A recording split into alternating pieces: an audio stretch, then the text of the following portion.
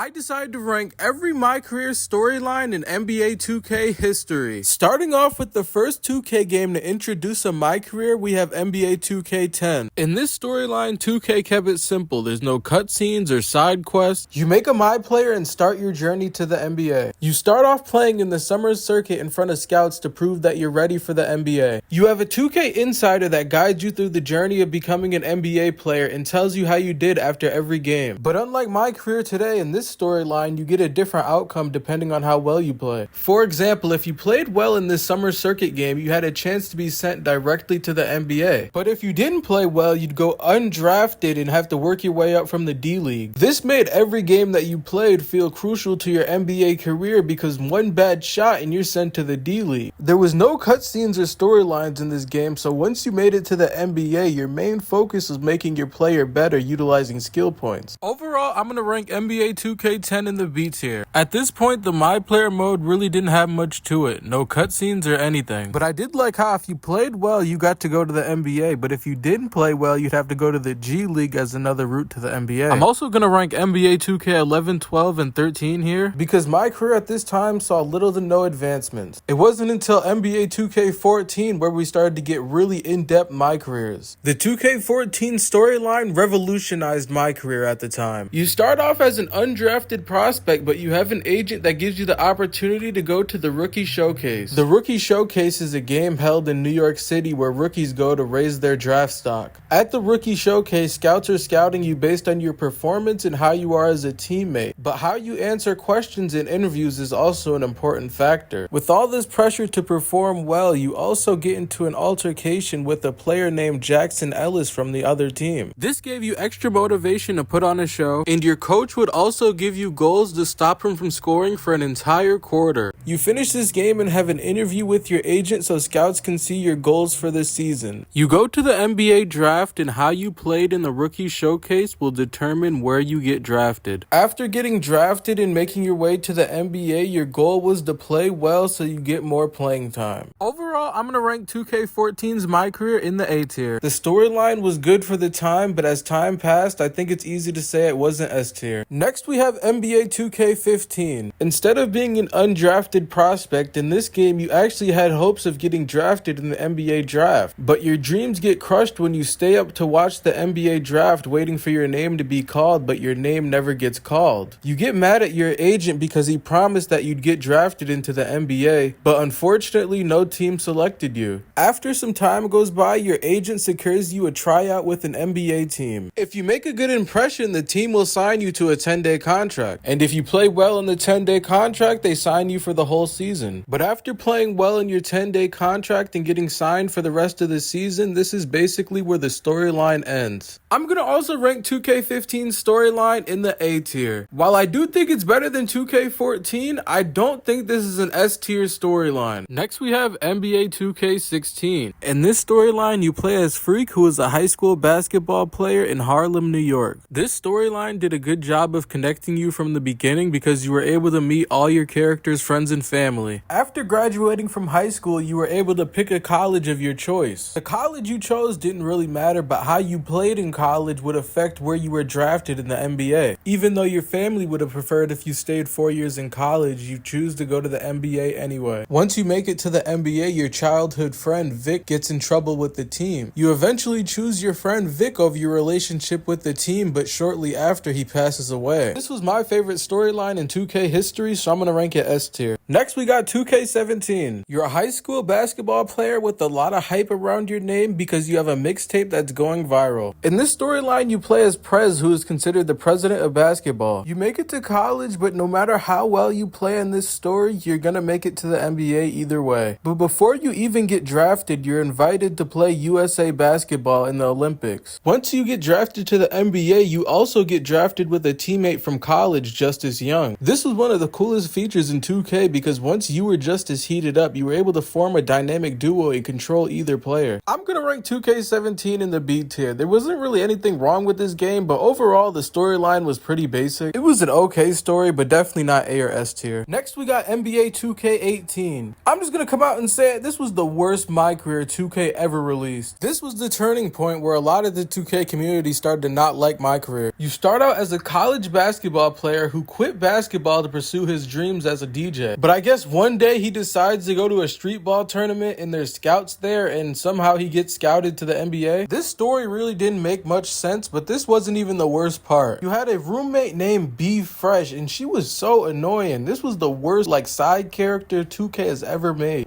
Think about it. We came from 2K16 where we had Vic as our best friend, then 2K17 where we had Justice as our best friend, and now our roommate is this lady? I don't know exactly who 2K tried to target this character toward, but she was just really annoying. But overall, sadly, I'm gonna put 2K18 in the F tier. I don't think it would have been that bad, but I think B Fresh being in the story made it just that much worse. I think without B Fresh, it would have been in the D tier, maybe even the C tier, but just because B Fresh was in the story, I'm gonna put it in the F tier, which is unfortunate because this is the first My Career in 2K that I didn't like. Next we have 2K19. In this storyline, after not getting picked in the NBA draft, you're forced to go play overseas in China. After playing overseas in China, you get an offer from a G League team to go back to playing basketball in the US. You accept the offer, but as always, the ultimate goal is to become an NBA player. You meet a girl and make some bad decisions that ultimately lead you to get kicked off the basketball team. After getting kicked off the G League team, you're eventually invited to a summer league game where you get the opportunity to prove your skills in front of the NBA. When this game first came out, I probably would have ranked it in the C tier or the D tier, but looking back on it, I have a lot more appreciation for this story because it was so much better than 2K18. It really went in depth on the My Player's journey to the NBA. Whereas in 2K18, you were a DJ and then you played in a street ball game and then somehow you were in the NBA. It didn't really make much sense, but this storyline, at least it made sense. I'm gonna rank this storyline in the B tier. Next we have NBA 2K20. In this storyline, you're a star basketball player in college. During a game, one of your teammates gets hurt and after the college refuses to honor his scholarship. After hearing about the news, you decide to leave the school with the goal of sacrificing your college scholarship to stand up for your teammate. Without having any college games to show, you have to find other ways to prove yourself to NBA scouts. You're forced to participate in other events like the NBA Combine and private runs with NBA teams. After showing your skills in the NBA Combine and people being interested in your story, you're eventually given a chance in the NBA. You eventually play well in the Summer League game, meet LeBron, and fly off into the sunset. Overall, I'm gonna rank this story in the C tier. I think it was a good gesture that you left the college because your teammate got injured, but I think it's a little corny, so I think C tier is a proper ranking. Next we have 2K21. You start out as a high school basketball player and eventually work your way up to college. During your college career, you get into a relationship with a girl named Ellie. One day, things don't go well with you and your girlfriend Ellie and you get into an argument. During this argument, your girlfriend kicks you out of her dorm room, but after getting kicked out, 2K gives you a quick time event. You can either pick A, I'm out of here and I'm done with college for good, or you can pick B and say I'm not giving up on you. If you choose the first option, this means that you're going to stay in college, and if you choose the second option, this means you're going to choose another route to the NBA. You're given the opportunity to choose whether you want to stay in college, go to the G League, or enter the draft right then and there. All three of these options come with different risks. If you go to college, once you join the NBA, you'll have more fans, but this option takes the longest. If you go to the G League, you're able to get more badges and grind your player before going to the NBA. If you decide to join the NBA immediately, you'll still get drafted, but you'll just get drafted at a lower position. I really liked how in this storyline you could take your career in your own hands and choose your own path to the NBA. I also think Ellie was the best girlfriend in 2K history, so for that I'm going to rank this story in the A tier. Next we have NBA 2K22. You start out as a social media influencer who's already famous. You're known for hitting trick shots and playing flashy, but scouts aren't sure that you're ready for the NBA. You're given multiple options to prove yourself by taking the college college route, the G League route, or you can go straight to the NBA. During your first season, your goal is to prove everyone wrong that you're not just an influencer and you're really meant for the NBA. The interesting part about this storyline is you could have a side career in fashion or music. This feature was controversial because a lot of people just wanted to play basketball and not do any off-the-court side quests. But looking back on it, I don't think it was a bad idea to have the option to choose a fashion or music career. I just don't think 2K did it in a way that was interesting enough, but I don't think it was a bad idea. Overall, I'm gonna rank 2K22's My Career in the C tier. I think the storyline of starting out as an influencer and going to the NBA is kinda interesting, but a lot of the side characters were bland. I don't really look back on them with good memories. This storyline was just middle of the pack to me. Next we have NBA 2K23. You get picked in the draft with pick number 18 and your entire team's fan base hates you. The news are in the streets to interview people about how upset they are that you got drafted. Debates are running rampant because everyone believes that Shep Owens, the pick after you, should have got drafted. This was a weird start to a My Career because why are you debating the 18th and the 19th pick in the draft? It seems a little bit forced, but nonetheless, the main goal of this storyline is to prove to your team's fan base that you belong. But even your new rival Shep Owens believes that he should have been drafted before you. He makes videos and tries to do everything to tear you down, but you have to go out of your way to prove that you're better than him and that you are the true 18th pick in the draft. Off the court, you can have a fashion and music career just like in 2K22. I feel like the problem with the newer 2K storylines is they give you too many options and they don't commit to one option as much as they should. So whichever option you choose, the storyline kind of ends up being bland. I feel like if they just focused on one storyline instead of trying to split them up, it'd be a lot better. But overall, I'm gonna rank this in the C tier right with 2K22. I feel like these games were really similar, but I could argue this game to be in the D tier because the main storyline objective of the 18th overall pick and the 19th overall pick being rivals is kind of like they're pulling hairs and they're kind of out of ideas for a storyline. There's way better storylines I can think of than the 18th overall pick and the 19th overall pick being rivals. It just doesn't hit the same as some of the other 2Ks, so